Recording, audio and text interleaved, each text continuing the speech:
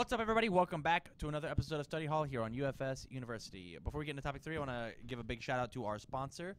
This episode is brought to you by patreon.com/TCGU University. TCG University. Patreon.com/TCGU. If you go to patreon.com/TCGU, you can go and support our channel. At the $3 or above, you're going to get access to the entire Street Fighter vs. Darkstalkers cram session. That is a series that both Jake and Barrett sat down with their time, and they did a full meta-analysis breakdown in order to see what's up. What are you doing? You're double-checking the camera to make sure it's on? Okay, yeah, that's what I fucking thought, Barrett. Hey, thanks for doing your job. Thanks for doing your job, man. Yeah, and I got a bunch of exclusive posts out there that I've been trying to do every single weekday. It's really just like when I'm a little slow at work, I throw out an opinion post, and people tell me that my opinion is bad or not. So with that, I want to go on to topic 3, and that topic is one checks. A very, very long time ago, me, Mason Johnson, shout-outs, and James Stevens, shout-outs, sat down and we had a topic about what's the difference between a 1-check, a 2-check, and a 3-check, and how they should affect the game. I believe, and my producer, you looked it up, there are 15 1-checks. You positive about that? 15 1-checks currently in Standard. And including the reprints from Platinum, there are 93 2-checks. So 15 1-checks, 93 2-checks. Obviously 1-checks are supposed to be stronger. And I was talking to somebody on Discord about this. Are 1s and 2s running a little too rampant? Do you have to play 1s and 2s? Are they too strong? And our biggest 2 offenders that I can think of personally is Coffee Samba and Missile Launcher. Are those 2 cards just too strong? Connor, opinions? To an extent, yeah. Like, I was building my Morgan list, and one of the first cards that I was thinking of was Missile Launcher. And when I was told, "Hey," I need you to point that right at your mouth, buddy. Oh, okay. It's gotta aim at you. Okay. So when I was told, I don't know if you should run that card because it's gives 0 speed on Morgan. I'm just sitting there thinking, I think this card is just too good to not run. It's stun 2, it's EX3, whatever. You're just going to get free stats. You're going to get free stun.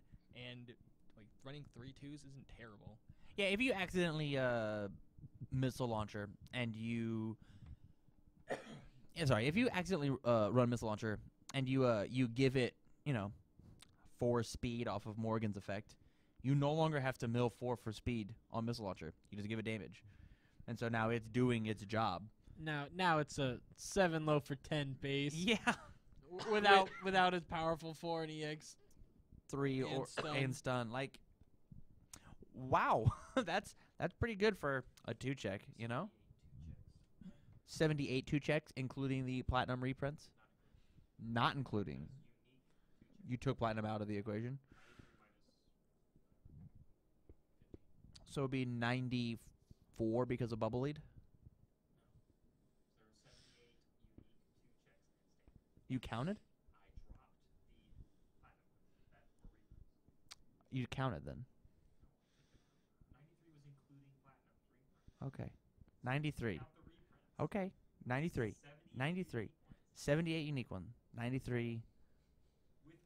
With maybe or maybe not Bubble Lead.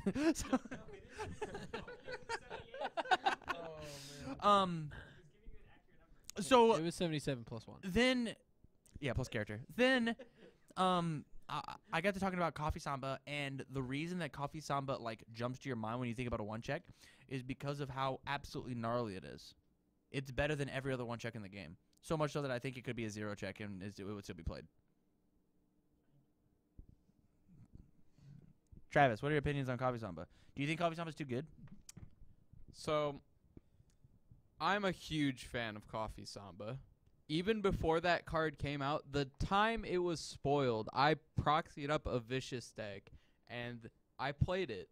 And that deck was nuts specifically because of Coffee Samba. It made the entire deck function.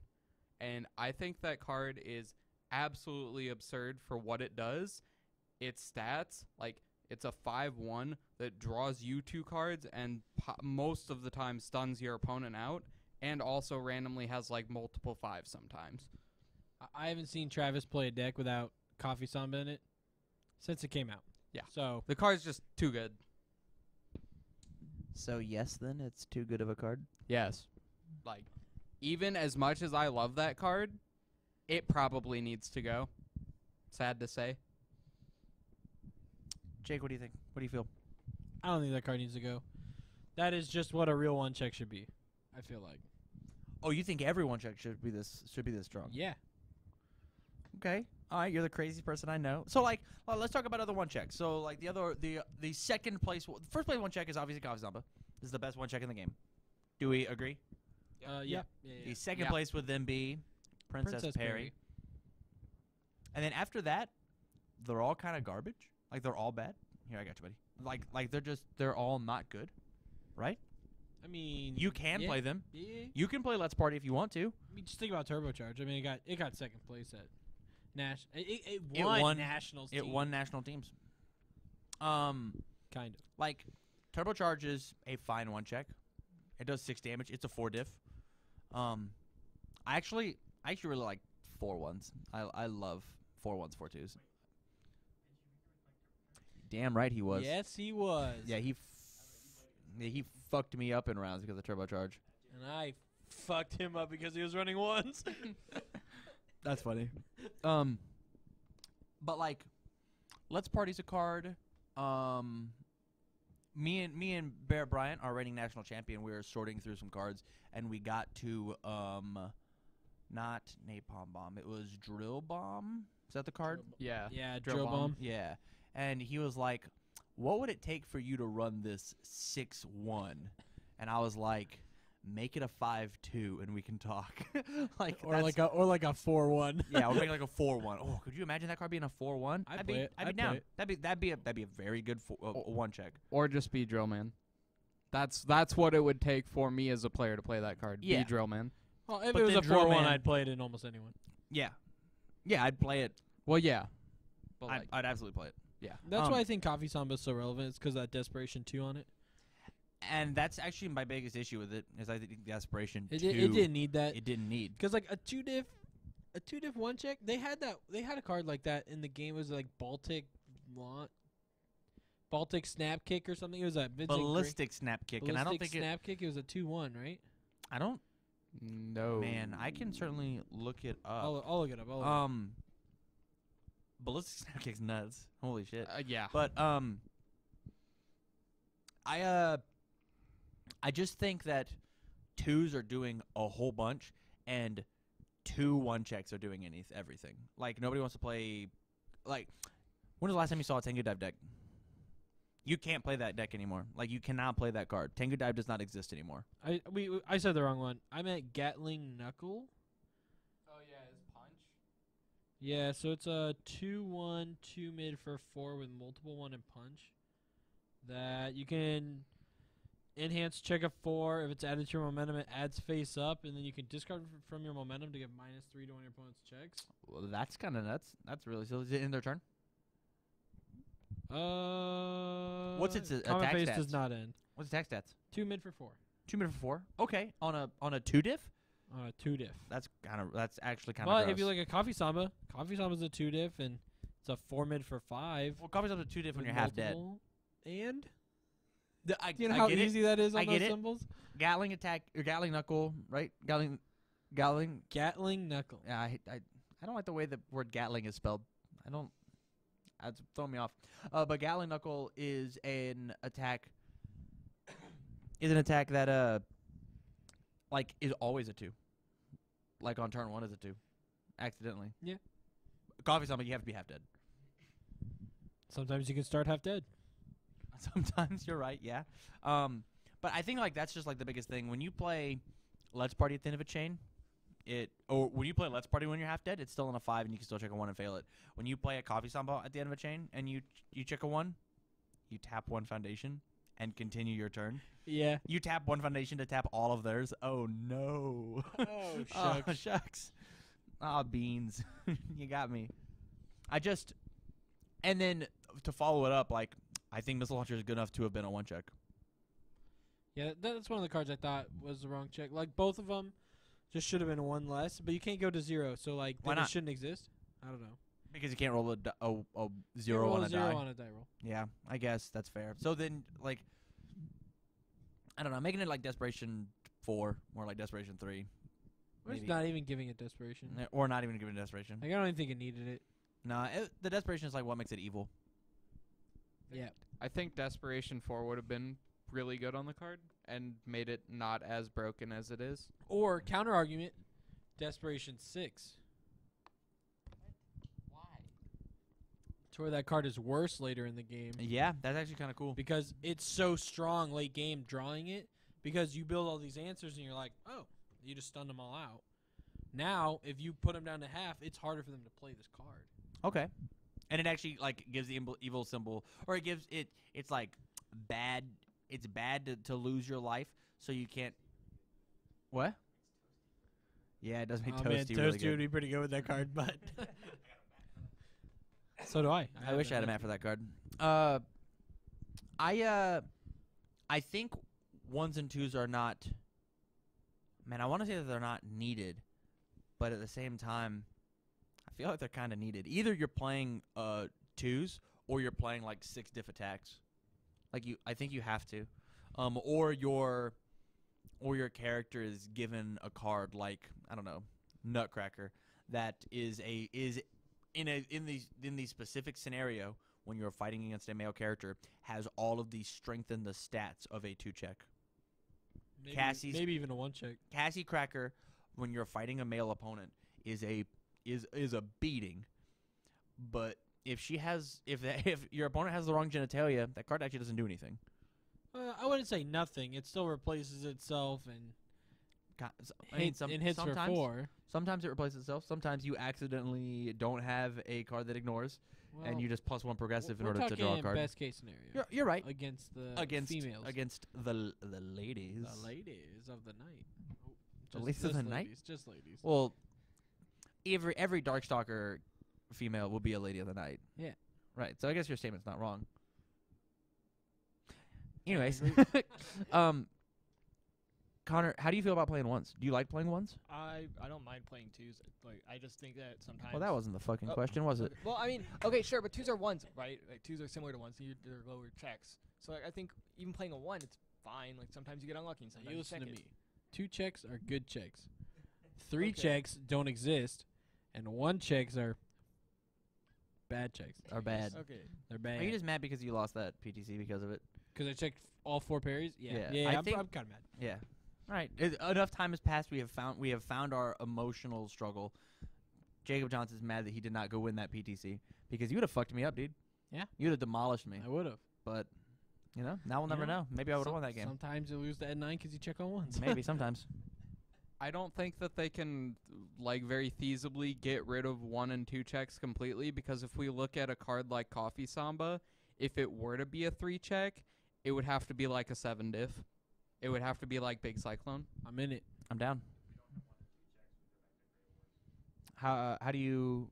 Finish your statement. I So, goofed on you okay. about 1s not being 2s. So like, I think that you need 1 and 2 checks in the game because with how sets have been moving, at least as far as I'm aware, they're printing more 6 checks, and so 6 diffs are becoming more playable on the first part of a chain, because you can like more. There are a lot of playable 6 checks now. Absolutely. 6 diffs. 6 checks. 6 checks. So your 6 diff is effectively a 5 diff at that point, where you just check the card. Congratulations, you passed it. You don't need to commit a card. Whereas if you're playing a 2 or 1, then you're actually being punished more for it compared to playing a 6 diff, because you're going to be having to commit a lot more compared to potentially just not committing anything. Oh, I never thought about it that way. Like, we had that video a little while back of higher diff compared to lower check. Yeah. And none of us made that comparison. That they're just printing more 6 diffs. Printing more 6 checks, so 6 diffs don't matter so much. Yeah. That's a really. See, look, I begged you to be on the podcast, and you made like the coolest statement you could make. So thanks, man. Good job. So here's my big issue with the 1s and 2s that we have right now is they're almost auto includes in any deck, like you said with Missile Launcher. They're auto. Oh, I'm playing Fire, Earth, Evil. How do I pick? Coffee Samba is the second card I put in after my character. Sometimes it's the first card I put in, and I figure out what character is going to play that card the best. I do the same thing with Missile Launcher. I do the same thing with Telekinetic Punch. You built an entire turbo deck around, hey, I think Telekinetic Punch is nuts. Who can play that card the best? Oh, Telechoke, you mean? Yeah, Telechoke. Oh, you know who can play that card really well? Goro, accidentally giving this throw plus 10 damage and picking it up every turn. Yeah, I was killing people on turn 1 with that deck. It was hype. Yeah, like you did not build the deck around Goro. Nope. You built a deck around Telechoke. Yeah, and I think actually the Ermac deck did work out better for around Telechoke. The Goro deck was more based around big shots with Telechoke, because you can selectively add big shots with Telechoke. I think we've talked about how broken big shots are enough on this podcast. Oh, most definitely. But those are some hype turbo decks. But this is what I'm saying is, like, I can't think of a 6 diff attack, even like something like From Hell, where I go, you know what? If I don't include From Hell, I don't think I could win. If I like, I don't hear myself saying that statement. I feel like I could figure out another card, but if I don't include Missile Launcher, I'm not sure I can win. That's a statement I could hear all the time. I think one of the few ones you might be able to like eventually do that with is like Dark Chirito. Yeah. Against some matchups. Yeah. If I don't see like when I play against anyone running like Swordfish and Princess Perry, if I don't see that card, I don't know what I'm supposed to do. Like you never hear of somebody being like, you know, he turned 2, he played 2 From Hells and I died. So, you know what happens. He checked a 5 and then a 5 and tapped 1 and I died from his Missile Launcher. You know, 2 turns in a row he drew Coffee Samba and there's nothing you can do about that. That you hear that, but you never hear you never hear, you know, he drew 2 Bloody High Claws and I lost because of it. That's not something you hear. That's never something you hear. Maybe a long time ago, but not now. Well, even so, like Bloody High Claw was never like, hey, I drew this on 2. You're dead now. I drew this on 2. I drew 2 cards. I stunned your whole board. That card did 8 damage or it did 1. Yeah. It did 8 or 1. There was your choice. Yeah. Pretty much, yeah. And so like the question I have is should these cards exist? This is where we get to opine about how is this good design? Is it bad design? Jason listens to all these, and it's possible that we can maybe influence how he designs 1s or 2s in the future. Or maybe he disagrees with our opinion, and he continues to design how he wants. That's like the point of free speech, yeah? 1s and 2s should be, they should be strong cards, but they shouldn't be win conditions, I think. Because like, Coffee Samba is a win condition where you don't care about if it does damage or not. It's, hey, I drew 2 cards. Cool, I have an extra card in my hand, and now you don't get to play the game for the rest of the turn. So here you die. Or Missile Launcher. Hey, I get to stun 2, and I'll give this 4 damage or 4 speed or something, and now this is 4 lethal. Have fun. Yeah, I think the issue with those 2 cards is they're both so good at being played at the if you can play them at the front or the back of the chain, it's insane. I never want to play From Hell as my first card, ever. If I have to play From Hell as my first card, I'm probably not killing you that turn. It's probably just a poke, and you should probably just block it. Mm-hmm. But if I play a Coffee Samba first, you're probably dead. And if I play a Coffee Samba last, you're probably dead. Yeah. If Coffee Samba is the last card that I play, it probably has multiple X. And I've probably snapped a couple momentum with a fatality, and you're dead. Or if I happen to luck sack into a Missile Launcher while I have 14 ready foundations, and I play my second or third Missile Launcher for the turn as my 6th attack, you're definitely dead. But Missile Launcher is also one of the best opening attacks that you can play. Yeah. It guarantees 6 damage. Missile Launcher is always good. It also sets you up with the discard pile to do stuff, so... So, like, that's what I'm saying. I can't do that with Let's Party. I can't do that with Guardian Slasher. I can't do that with Tengu Dive. Tengu Dive as my 6th card is bad. Tengu Dive as my 2nd card is good. And I know exactly where that's going to be. Coffee Samba and Missile Launcher. And those are the only 2 that I keep talking about because those are the 2 that, like, I just think are... There's always a biggest fish. Qui-Gon Jinn taught me that. There's always a biggest fish, and there's always something to complain about. There's always the strongest card, and it's just like it's trickled down to just becoming these 2 cards that, yes, we have answers for. Yes, we can deal with, but they're just the biggest fish, so I get to complain about them on my podcast. Yeah, that's very true. They are definitely the biggest fish. Don't know. I'm sorry, it's our podcast. I'm sorry. Sorry, Bear. Don't turn the mics off. Definitely, there's biggest fish in this game. I mean, every symbol, every check, every difficulty, they're everywhere. But definitely, Coffee Samba and Missile Launcher are the monsters. Like, if anything would get hit, it'd be them. But I don't know. I think the game's really healthy right now, so I don't even think they need to be hit. I totally agree that the game is incredibly healthy, but like, I don't know. I still have the sniffles. I think Coffee Samba would be the only thing. I think Missile Launcher's fine. The only card I think in this entire game that I would ever hit is Coffee Samba. And it's not even like ban. Like if we did the limited thing, that'd be perfect for it. Like if you can only have like 2 in your deck, it'd be great. Like, I compare Sand Grenade to Missile Launcher, and I never want to play Sand Grenade first. Sand Grenade is always supposed to be the last attack that I play. Unless they've got fucking nothing. I compare it to Frost Hammer. Frost Hammer's not a 2 though. Oh, I meant exclusively 2s and like where they exist in the lineup. Like Pharaoh Wave has to be the opener because it's a 6. Scorch Wheel had to be an opener because it was a 5. At least new Scorch Wheel. Old Scorch Wheel could be played whenever the fuck it wanted. Oh, the good old days. Yeah, I can't like Cannonade was always played first because it's a 5. But like Missile Launcher, you can play wherever you want. Rising Monk, it's impossible to play first. That's not a. That's not true. I'm pretty sure I've played a Rising Monk first. Yeah, but you're a madman. But like, when you compare Missile Launcher to the Jetta Ultra Rare, that card can be played first. That card can be played last. That card can be played on your opponent's turn. That's a very good 2-check. That is.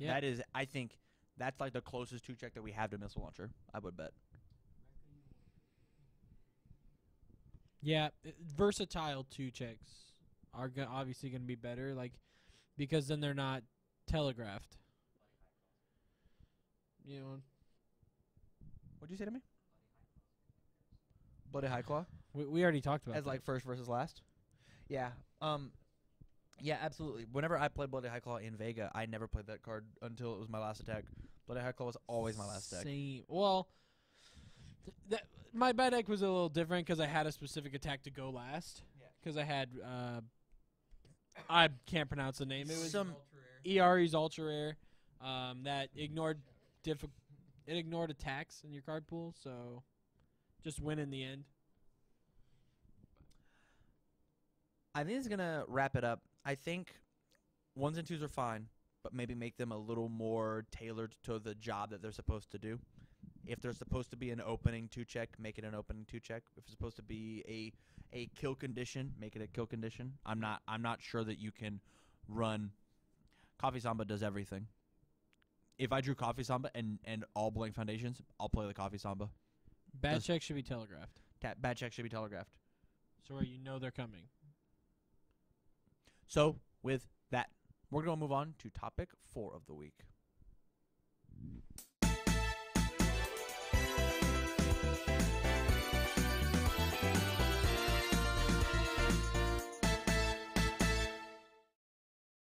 Hey guys, thanks so much for watching this week's episode of Study Hall. If you like this video a lot, go ahead and you can click on this one over here to see last week's video of Study Hall. This one over here is going to be a playlist of our past study halls that we've been doing, or any of our other past content. We're going to have another square, I think right over here. Tam's going to put it right there for me. If you're new to UFS and you don't know what we talked about this week, feel free to check that out if you're new and you want to get to know the game a little bit better. And if you want to support us, we brought it up before, go ahead and click on our Patreon. That link's going to be right over here next to me. Thanks so much for watching, guys, and we'll hopefully see you next week.